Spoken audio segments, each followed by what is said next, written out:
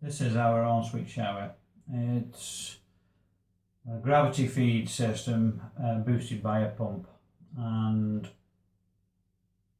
I've been a bit disappointed. It's a twin head shower, that is. There's a fixed head above, up there, and a wand, if you like, for washing down in case you don't want to get your hair wet.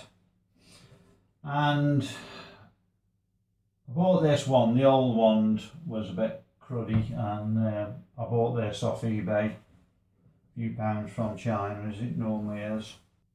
I was a little disappointed with it, but I just assumed that the water pressure was falling. The pump I got on was quite old. I bought it second hand, and I'll just switch it on to show you what the water pressure is like. Obviously that's from the fixed head, and if you swap over by the diverter valve, it's not particularly impressive. I'll take a bit closer.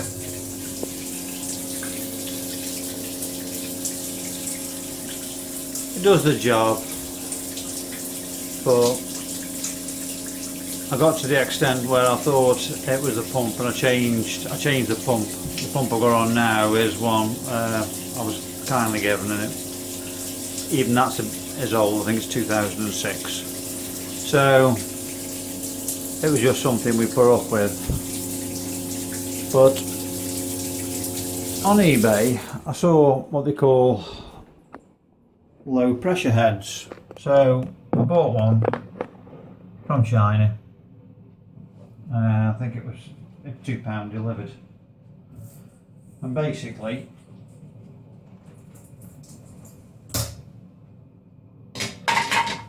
it's this one. I've had it for a while now. It's a bit warm on the edges, but as you can see, it's got masses and masses of tiny holes, and I got it, I thought, well, that don't give me much cop, so I'll try it. I've bought it, might as well try it.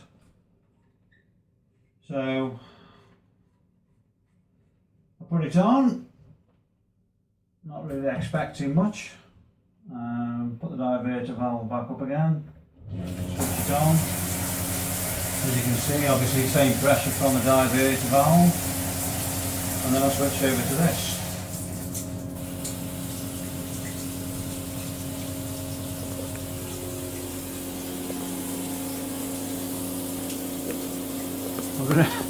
I don't know if you can see the difference, but